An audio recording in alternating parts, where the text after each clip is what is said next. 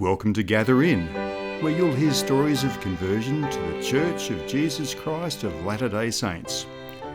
If you have an interesting story to tell, please go to our Instagram page or send us an email to gatherin@proton.me.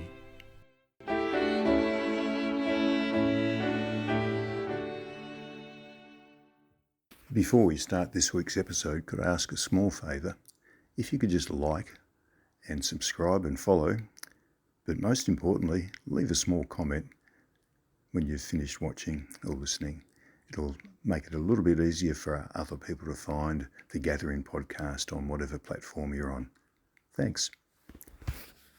Okay, welcome everybody to today's episode of the Gathering podcast.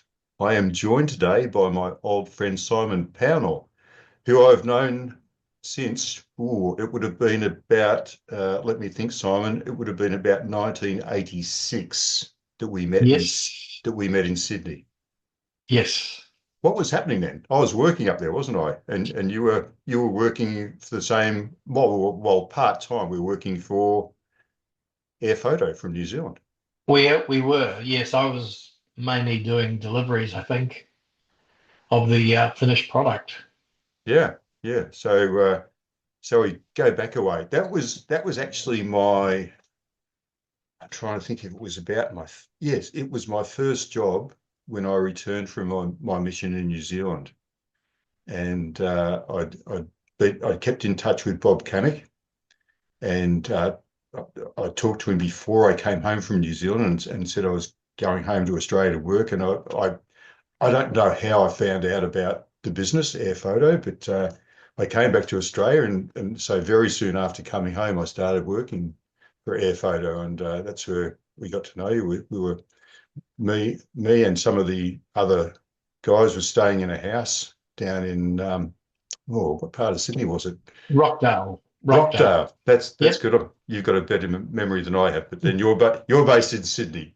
I'm down close to Melbourne, so that's how long Simon and I go back, and we bumped into each other a bit over the years, especially when we had only had the temple in Sydney. Members from around Australia would meet at the Sydney temple, and now we don't. That doesn't happen so much now. But Simon, I don't think I've ever heard your full story of how you came to be a member of the church. I know you're a convert, and all converts have a story, and sometimes those stories are very interesting, and I think yours might be too. Okay. Thanks, Murray, for the opportunity to share it. Coincidentally, next month I'm actually coming up to my 50th anniversary since baptism, and boy, those years go quickly, but they've been great. Yeah, that's just a bit longer than me. So what year was it you were baptized? 1976, February. 1976. So yes, I was 5 years later than you. I was 24. Okay. I was 24 years old. I was probably a few years older than you then, because I think you and I are very close to the same age now. Yeah, pension age, 67. Yes, 67. So 1957 was a great year. It was a great year. Yep. For us too, anyway. Anyway, so I'll let you tell your story. So, I always like to, and I don't know if you thought about this, but I'd like to find out what someone's family life was like, perhaps, as a child growing up. What sort of, did you attend church as a family or as an individual? And, because I think those sort of experiences you have as a young person growing up leads you to the point where when you're seeking the meaning of life that you end up converting. So Definitely had an impact. In fact, I come from a family with a religious heritage. In doing my family history, I've discovered several were Church of England, or Anglican, they call them here in Australia, ministers. My grandparents, father, they were all spiritual people, believers in Jesus Christ, and dedicated actually to the Anglican Church. In fact, I've recently discovered through a cousin that my great grandfather helped build a church. He designed it and helped build it in a little place called Natamoti in the Motueka Valley in Nelson, New Zealand, where I grew up. Now, as a as a family, my parents and I and my sister periodically attended the Anglican Church, and I was sent to Sunday school for several years. You know, most weeks. But I remember as a 12-year-old being in a particularly rowdy class. I mean, we're all boys from memory. Seemed like it was all boys, and we're all horrors. And there was a coin collected when you went to Sunday school and you put it in the collection plate. And that was a terrific time for us to throw coins around the classroom, bounce them off the table in front of us. So it was pretty rowdy. And I decided at that stage that church wasn't for me. And I told my parents. About the same time, I made friends with a guy in school who just moved to Nelson. And we became friends throughout high school. His name was Ian. And this has relevance later. So Nelson was a city of about 30,000 people. And when I was about 15, I would like to go out in town. Not that there was much to do. We'd just sort of walk up and down the shops. But we did discover a part-time coffee bar in Nelson that was run by the Christian Brethren. And they used it as sort of an outreaching place. And the big appeal was there were 10-cent milkshakes and pretty girls who served as waitresses. Of course, the downside of it was they'd sit down and share about Jesus. But I do remember a little cartoon book that they showed me, and it was these little sort of cartoons about Jesus Christ and who he was and how he died for our sins. And it got my interest a bit. They invited me along to activities. Along with a couple of friends, we started attending, and I started to get spiritual stirrings. And I read parts of the New Testament and the Good News Bible, and I started to understand things more than I had previously. I remember I attended a camp, maybe it was a place called Lake Rotawiki, and I took the time to go out and start walking in the bush and really use that as an opportunity to pray. I wanted to know, did God exist? Was Jesus his son? The things I'd been learning, were they true? And I came back with kind of good feelings and decided that it was time to turn my life over to Jesus. So I actually started attending confirmation classes with the Anglican Church. That's for sort of teenagers who want to confirm their faith, having been baptized at a young age. Actually, I was baptized the day I was born. And my parents were quite stunned considering my previous declaration where I said, I'm not going to church anymore. Anyway, I attended the Anglican Church, but look, what did trouble me was they were set prayers at the service. They didn't seem to be from the heart. And I knew that prayers should be from the heart. And that just wasn't the Anglican way. Also, I remember the minister, young guy, we asked him, why are you a minister? He says, oh, look, my mother reckoned it'd be a good thing for me to do. And so I kind of questioned his sincerity. Anyway, I started to get to know Jesus and pray. And I actually got baptized in the Open Brethren Church. They're pretty similar to the Baptists, but they didn't have any paid clergy, just lay people and volunteers. But they were good people, and they were the ones who ran the coffee bar. And I started to attend other Christian youth activity, and I kind of felt that these were the people that my mother always felt I should associate, rather than some of the people that I had associated earlier. But after some time, some things started to disturb me.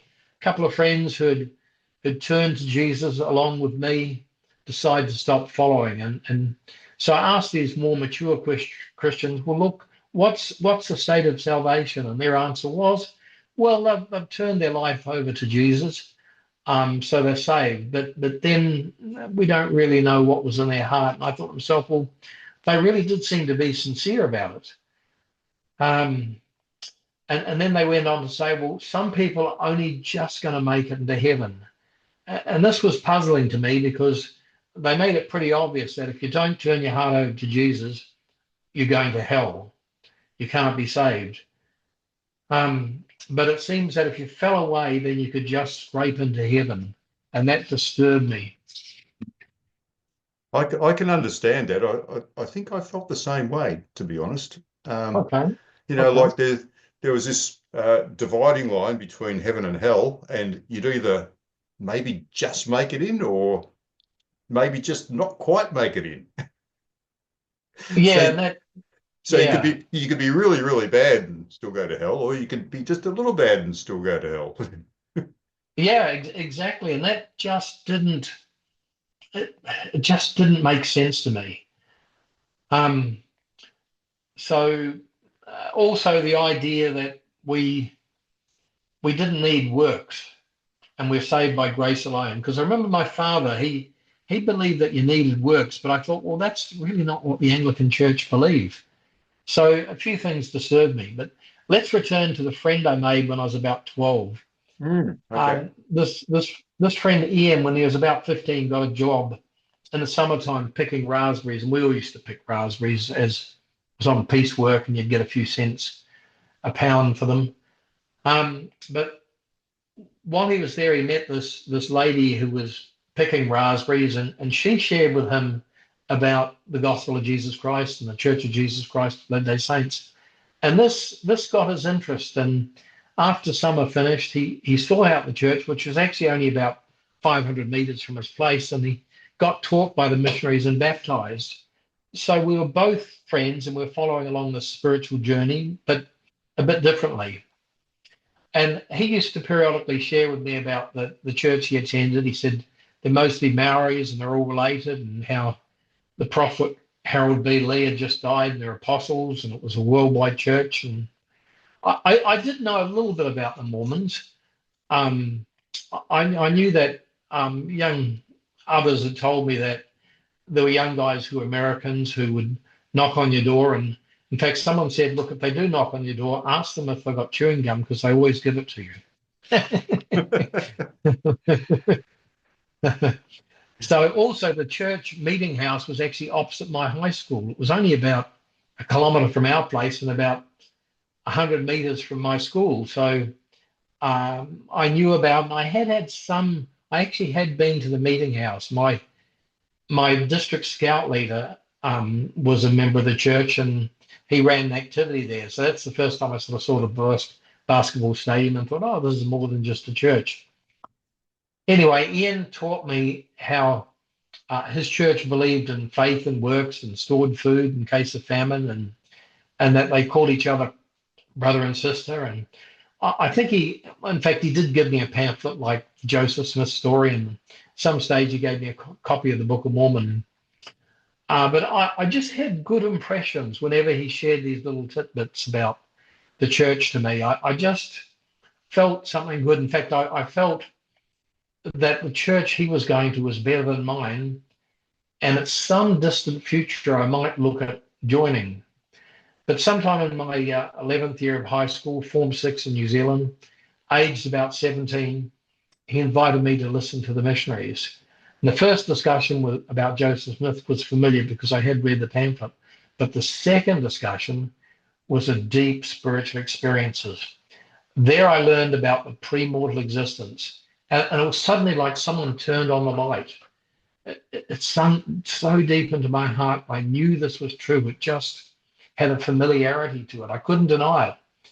And that I'd be forever anchored to this immovable truth. And whatever church I ended up at had to believe in that.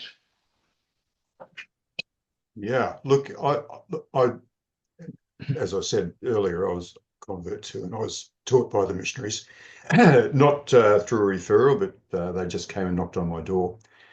But I remember, certainly the first discussion was about Joseph Smith. Second discussion was the plan of salvation. And for me too, it just rang so true. It just sort of made total sense. I thought, gee, I've been missing out on this all my life. And here here is just a wonderful explanation of what on earth I am doing here. It was just an amazing thing, I thought. Yeah. Okay. So continuing on, I was at a stage where I thought, gee, I've got to look more seriously at this church. But at the same time, I had lots of Christian friends who knew nothing about the church, but of course were against it, and they'd read a few things here and there and said it was true. I remember hilariously, one of them said, "You're trying to tell me that Jesus was a Mormon?"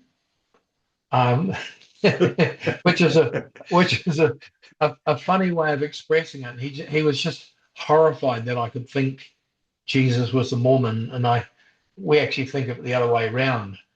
But yeah, so I had quite a few of them. And I remember I approached a more senior person and said, "Look, I've heard about this pre-mortal existence," and the guy, he said to me, he said, "Have you been looking into the Mormons?" And he must have known a bit. Anyway, so I earnestly sought out the truth. I remember praying very earnestly, and I guess this was over a period of 2 or 3 months, and I just want to know if it was true. And I'm not sure what I was looking for. I guess I was looking for a first vision, at least, something to solidly confirm that the good feelings I had were real.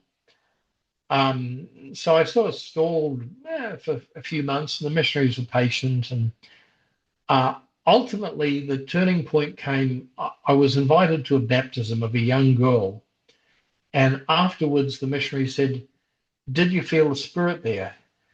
I said, I don't know." And they said, "Well, it was that good, warm feeling." I said, "Oh, yes, yes. I felt that many times. So that's the Spirit." And so that was kind of my confirmation. I thought, I was at the stage where I thought, I know so much. I surely cannot deny this. It would be to my utter condemnation if I denied this. So I got baptized. And what a wonderful decision that was. Interestingly, I remember getting baptized and thinking straight after the baptism, I didn't feel any different. But when I was given the gift of the Holy Ghost, I felt like my neck, my back, my stomach was on fire. I just thought, what are they doing? What have they got a hot blanket or something they're wrapping around me? And it was just such a burning feeling. Oh, look, the other thing too, which you'll laugh at, is I walked to my baptism because the church was only about a kilometre from our place. Yeah. And I prayed, I had a few roads to cross, and I prayed, "Look, if it's not true, may I be run over on the way." Needless to say, I made it. I made it safely. So that's my story of 50 years ago. Wow. Any questions, Murray? Oh, yeah. Yeah. So, um, did you invite any of your family members along to your baptism? Or did you just go off Um, and do it by yourself without really telling them? You were what, 17, 18 years of age at this time? yeah, I was 17, and my parents knew I was investigating the church, and I actually approached them and said, "Look, would you give me permission to be baptized?" And their answer was, "Well, look, we don't want to ultimately be held accountable for leading you in the wrong direction if it is the wrong direction. So you you make your choice." And so I remember I got baptized, and then a few weeks, my mother said to me, said, "Did you join the Mormons?" I said, "Yeah, I did." So yeah, that was my story. And things were pretty casual in those days. You didn't need any written permission or anything. And my Yeah. parents were very good about it. They kind of they knew it was a good thing. Dad knew a few members because New Zealand's got a high population of members, and Dad knew several of them and knew they were good people. So that was helpful. But no one came to my baptism. Yeah, yeah. I remember I was sort of a little bit similar when I was taught by the missionaries and I decided to be baptized. I didn't tell my mum at the time. I was living with my mum. My parents had divorced some time before that. And I knew, look, prior to me joining the church, over the years, there'd been times where we'd see the missionaries walking around town or something, or they'd come and knock on the door, and Mum would always say, "Oh, don't ever talk to those guys, you know. They're whatever." I don't know if she knew what they were or whatever, but you don't talk to those guys, you know. And so I knew at the time that my mum wouldn't have been that happy, and I was in my mid-20s, so look, I just went and did it. But I did tell my mum sometime later, it might have been a month or two later, and she said, "Oh, I wish you had told me. I've always wanted to see someone get baptized, you know." Ah, yeah, yeah, So, she probably would have been more positive than I thought she was. But it certainly, for me, I had a pretty big change in life. I think I might have gone through uh, not a not a spiritual teenagehood like you did. I went through a fairly wild teenagehood. And so for me to become a member of the church was a pretty radical change. I didn't join any other church before that. I was just sort of a wild surfing, skiing sort of guy that wasn't at all interested in religious things. And then I, changed over a short time. So you had probably an unusual teenagehood, and it seemed like a group of you young guys joined the Brethren together. yeah. There were Yeah, three of us. Yeah, three of you. Yeah, so that yeah, so that's an unusual group of friends to have, I think. yeah. Look, it was. I mean, I didn't seek it out. They just all got interested. I think that the coffee bar was the lure, and And the attractive girls too. and the pretty girls, that can always help. Yeah. So, did any of those guys sort of tend to follow you when you was Ian one of those guys? No, he No, wasn't. he He wasn't. wasn't. So Um, any of those three guys, did they sort of say, "Hey, what are you doing, Simon? You going to that Mormon church down the yeah, road, as it was commonly yeah, called then?" they did, and I don't remember them ever giving me a hard time about it. They just had sort of abandoned that faith journey themselves, and yeah, that was it. So I continued to be friends with them. I mean, Yeah, yeah. yeah. And so you did mention you were talking to one of the leaders with the Brethren, and you talked about the pre-earth life. Um, did you have any other sort of discussions like that with them prior to Uh, becoming a member of the church? Or look, I had lots of discussions, and yeah, and and many of them just said, look, it's false. It's they knew very, very little, but they said they were emphatic in saying it's false. In fact, one time they sent round a guy to my place, who they said, well, he was a Mormon, but he doesn't believe it now. And so when I met him, I asked him about his background. He says, well, he was a non-member. He'd gone to Church College, which was a church-operated college in New Zealand. Uh, and there he felt he wanted to be baptized, but ultimately never was baptized. So that was that was his story, and really, he didn't have much to say. Mm, okay, okay. So um, you were baptized and confirmed a member of the Church of Jesus Christ of Latter-day Saints. So I thought I'd better get the full name of the church in, because we slipped back into 80s or 70s or 80s mode here, Simon, saying the Mormon Church. We're not allowed to do Yeah, that we do. anymore. Yeah, yeah. It's so easy to do that. But you became a member of the church at 17 years of age. Yep, and that was my last year of high school. So I finished Yeah. high school, and then I moved from our little town of Nelson to Christchurch. And I look forward to that because I knew the church was bigger than than Nelson. And so I went to university for a year, Christchurch, made some great friends. Rob Cammack, who we mentioned earlier, being one of them who I went to university with. Um, and then, I'd always felt that I should go on a mission. So I was called on a mission to Perth. Had to look up on the map. I knew Perth was in Australia, but I wasn't exactly sure where it was. I wasn't sure which was Adelaide, which was Perth. So I had to look it up on the map.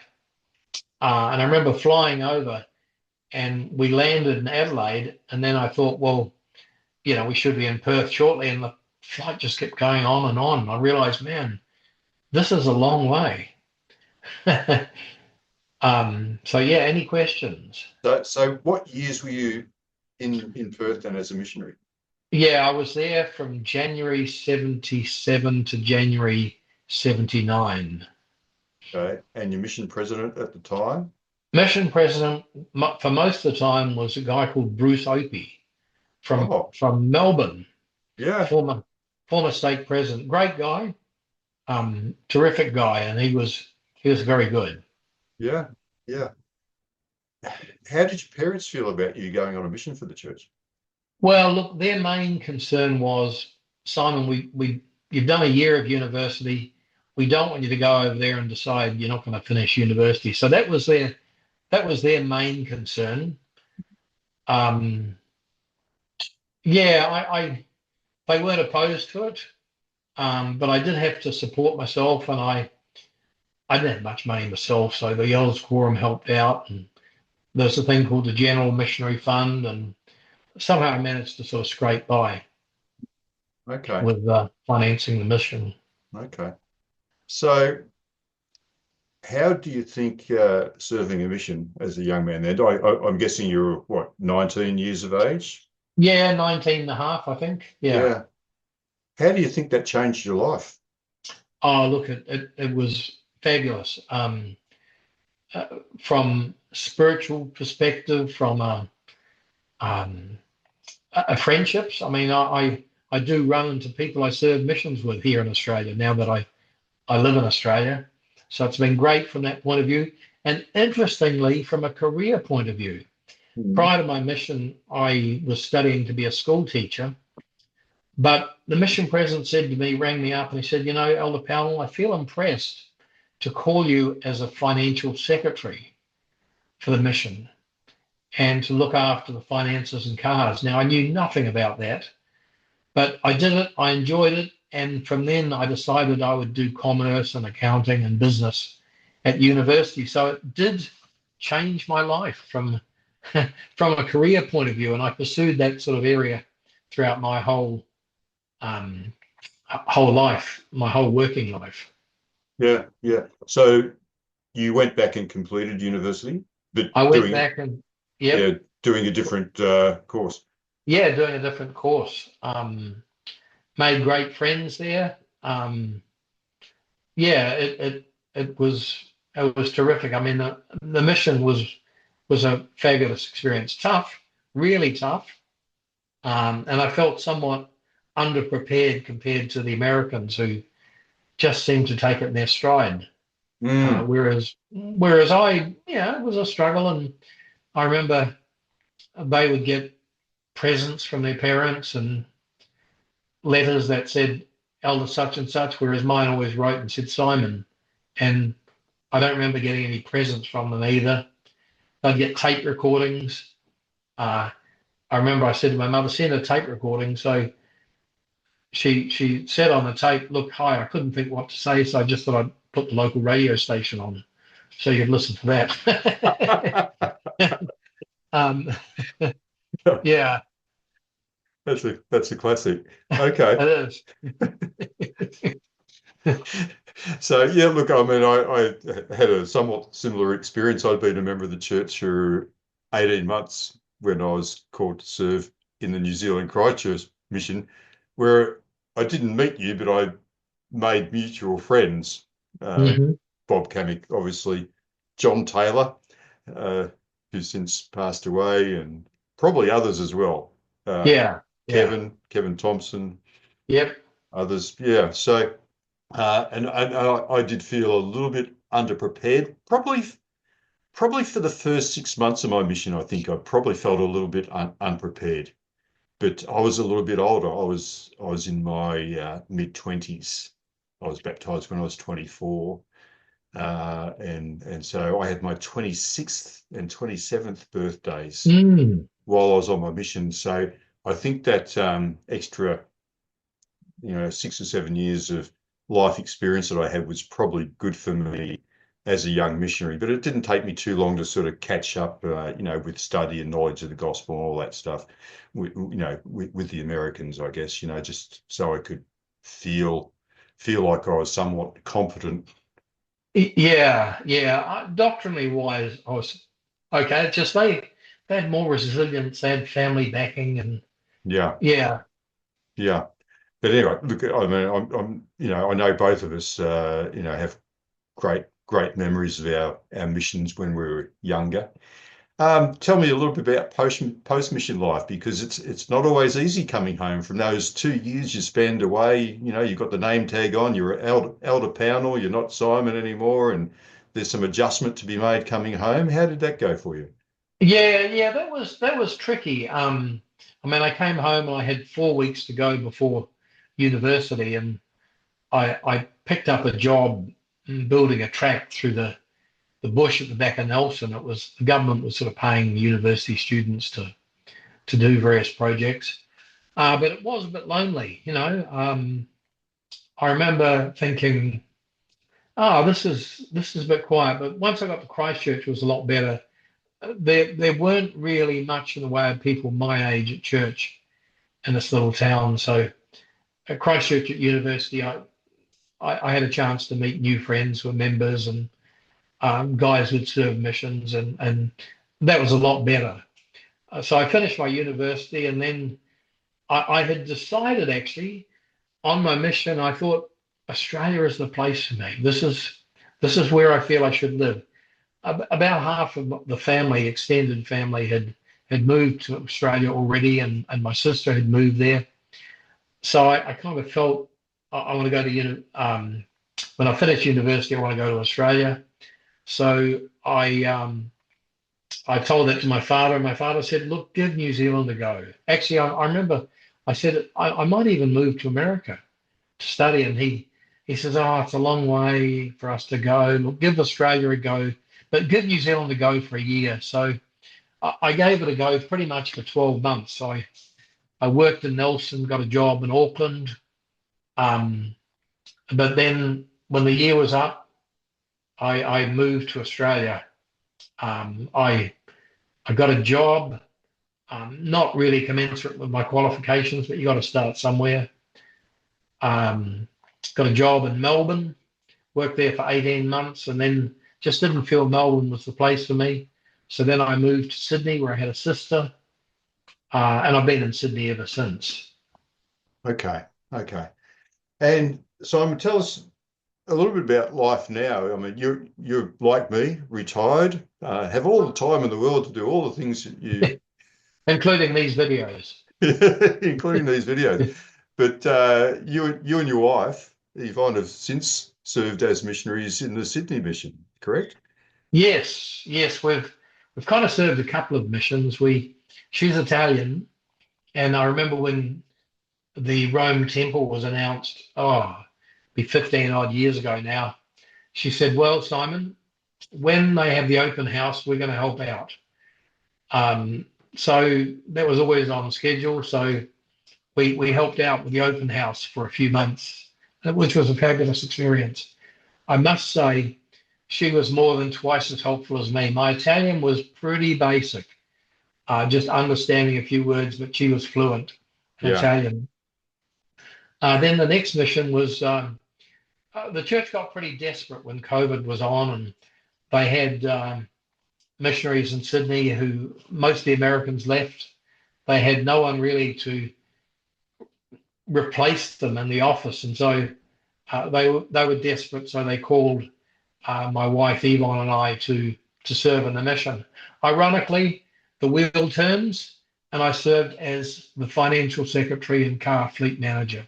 history had repeated itself, but it was a lot different. It was a lot different Oh, to those days. you were just the man for the job, obviously. Well, yeah, but that was a great experience. I served for 18 months. Was pretty exhausted at the end of that, even though we would return home. I mean, it was full on. It was it was very busy, Can we but just great experience. backtrack a bit to the mission in Rome? So were you there for a longer period of time than just the open house of the temple? And I'm thinking, Simon, I'm thinking it's not 15 years ago, surely. Is it that long ago? Oh, it was 15 years ago. Yeah, probably 15 years ago they announced it, Really? and then Yeah, it okay. took 10 years to build. Yeah, Everything's slow in Italy. yeah. Um, the the builders have a habit of doing part of the job and then demanding more money and stopping until. Plus, they told us that the builders there just weren't used to the high standards of the temple committee, and they had to keep redoing things till they got it perfect.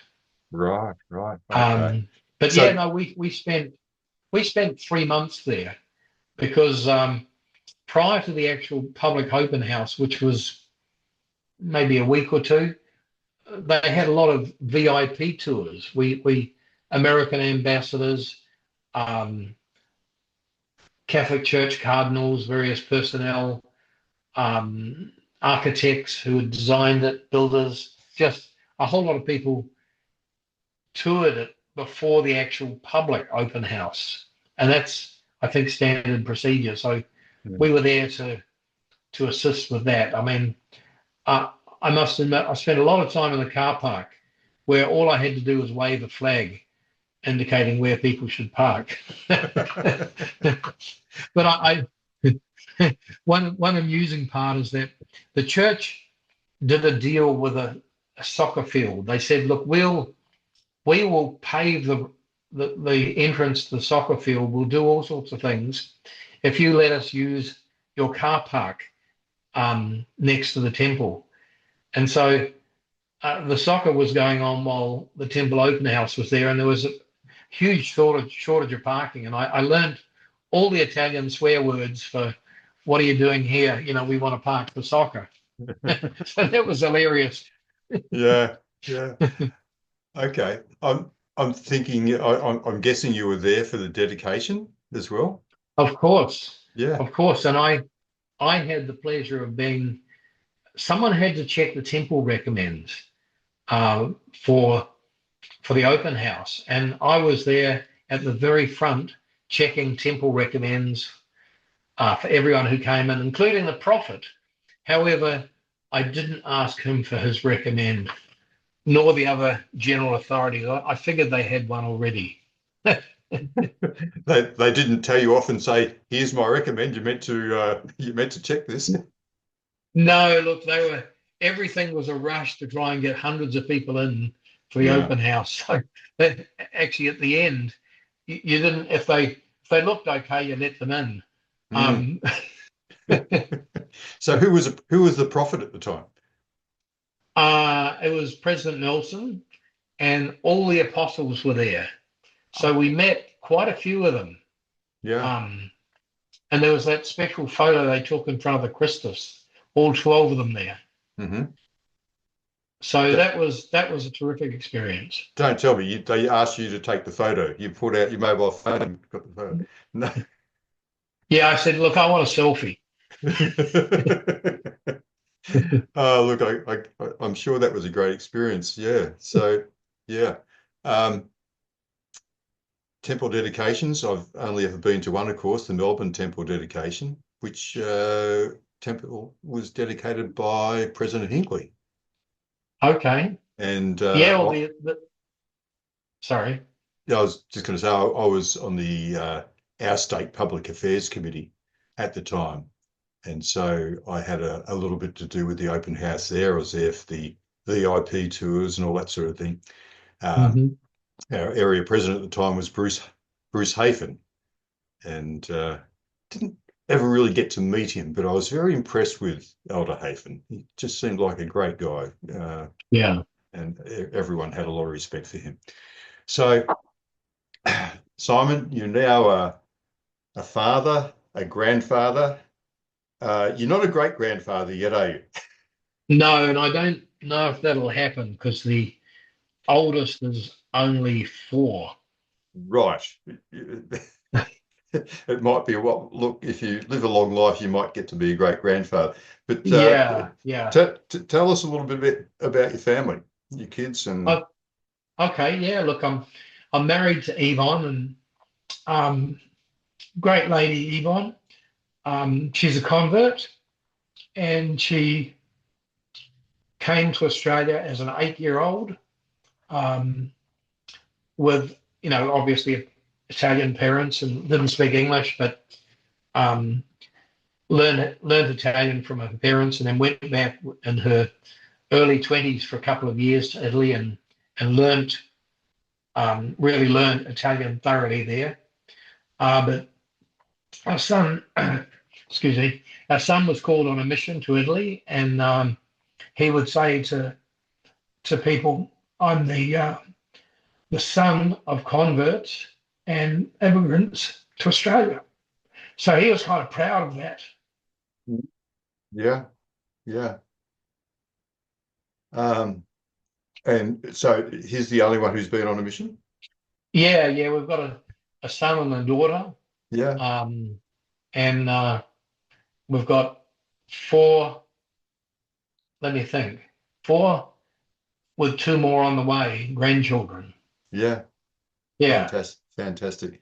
So, when you think back to that 15-year-old boy looking for something to base his life on and becoming a brethren, is that how we say it for the yeah. Look, it was a Christian, but yeah, going to the Brethren Church. yeah. So, I mean, even younger, we go back to when you gently rebelled against the Anglican Church. I think it was a quiet rebellion, perhaps, Yeah, you you yeah, you you weren't satisfied there, and you found your spiritual home eventually.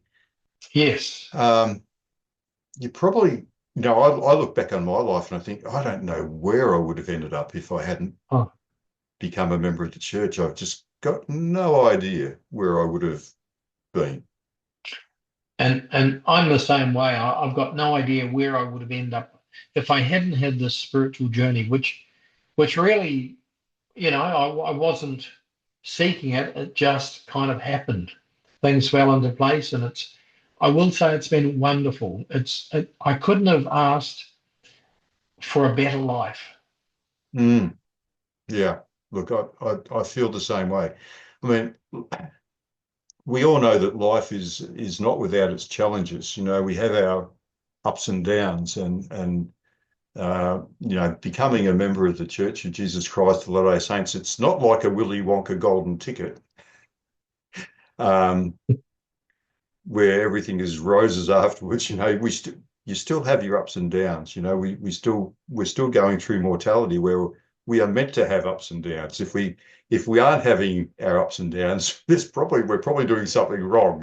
Yeah, yeah, So we have these experiences that refine us over the years. We have callings in the church to challenge us, to make us try harder, to be better, and love people better in a way. So it's an amazing learning experience, isn't it?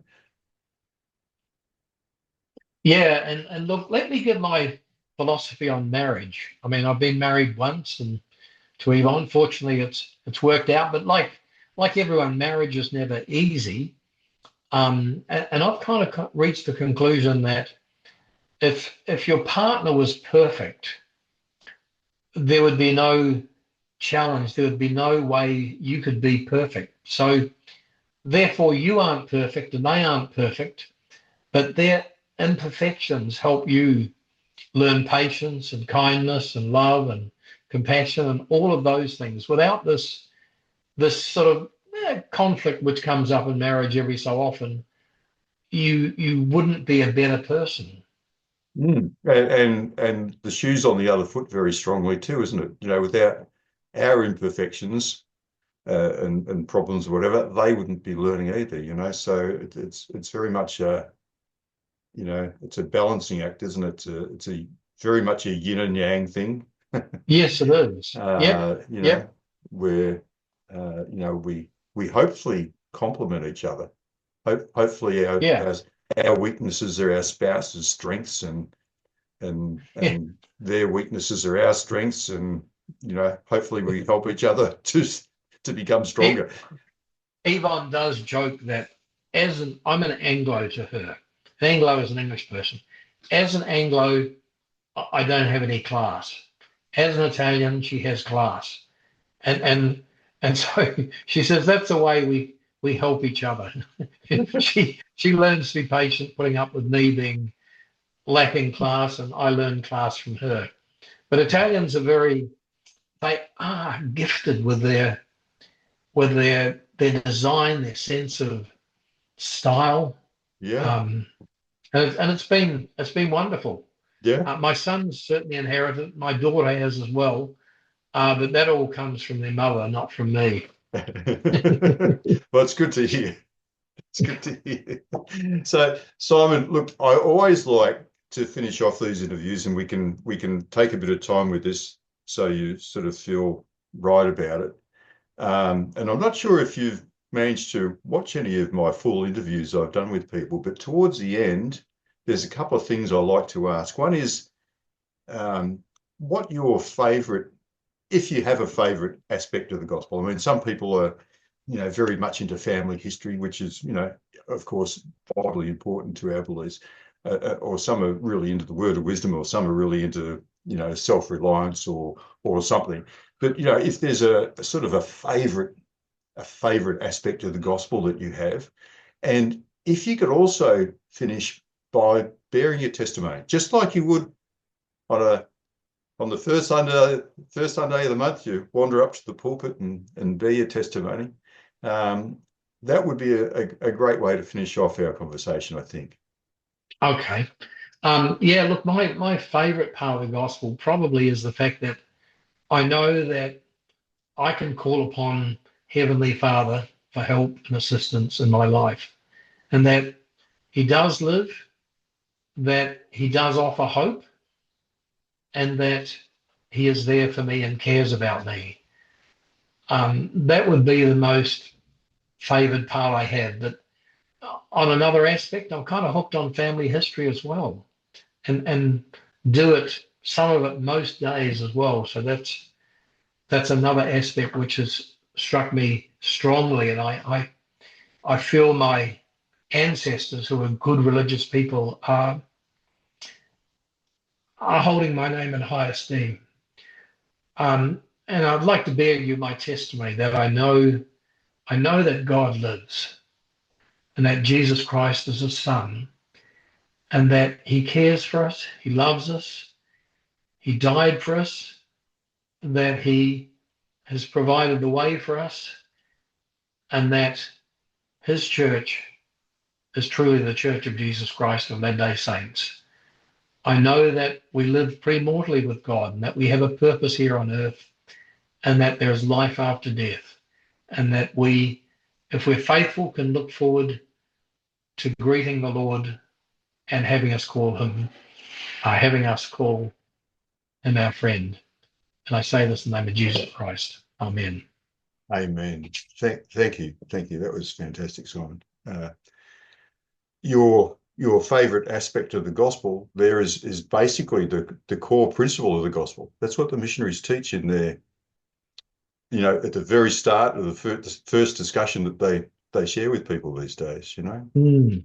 And it's such a a core principle to know, of our identity, I guess, that we are, as you say, we're sons and daughters of a loving Father in heaven, and like any parent, He loves us and He wants the best for us, and He wants to help us, and He wants us to come back to Him. I mean, I think I grew up with this picture of God, perhaps, of being, some big scary guy in the sky Mhm.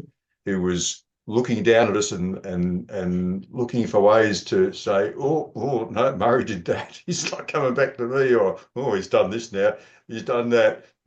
He's not coming back. No, we can forget about him. But I think the opposite is true. That he's looking for ways, and he desperately wants us to come back to him. Yeah, yeah, and he will do everything possibly he can to get us to come back to him without bending our free agency. Yes, yes, which is such an important principle. Well, we go back in our lives and we can look back and say, well, we used our agency in the best way we knew how to at the time. And I, like you, I look back on my life and think, where would I be? And Mm, life is so good. As I said, still have our ups and downs, but that's just part of life. But generally generally speaking, life is very, very good. And yeah, this chance we have to live on earth, try to become better people, and try to do what the Saviour asked us to do, and to become something like him, which is sort of a bit of a mind-blowing thought, that he wants us to be like him, and mm, he is perfect, and he wants us to somehow be perfect as well. And it's only through his love for us and his grace and everything that we can get anywhere near that. Anywhere near that. So, Simon, it's been a pleasure talking to you today. Um, I hope you can share this. This will be on YouTube and as a podcast, and hopefully, you can share it with your friends and family, and they can share it far and wide, because, hearing someone's conversion story, for someone who's never perhaps listened to why someone's joined the church, can be a great eye-opening thing, and it's a great bit of personal history for you to hang on to. So thanks very much, Simon, and we'll be in thank you touch. very much, Murray. Okay, righto. No worries. Thank you. Okay, Bye. bye. If you have an interesting story to tell, please contact us via our Instagram page or send an email to gatherin@proton.me.